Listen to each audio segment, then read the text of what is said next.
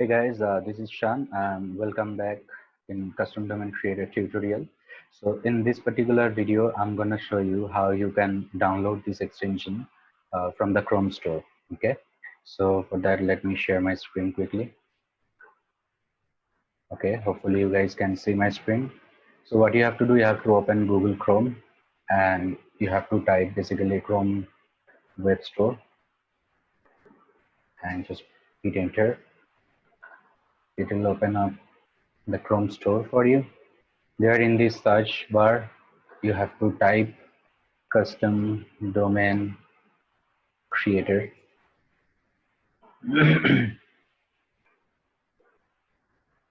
So from there, you have to select it.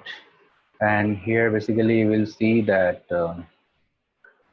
it is not yet in the first page, but it will be soon. I need the ratings, so as soon as I'll get those, it will be on the first page. But for now, you can click on this more extensions.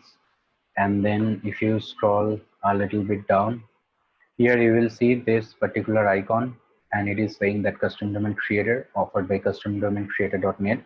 So that particular extension you have to add to your Chrome. So it will check and then it will download.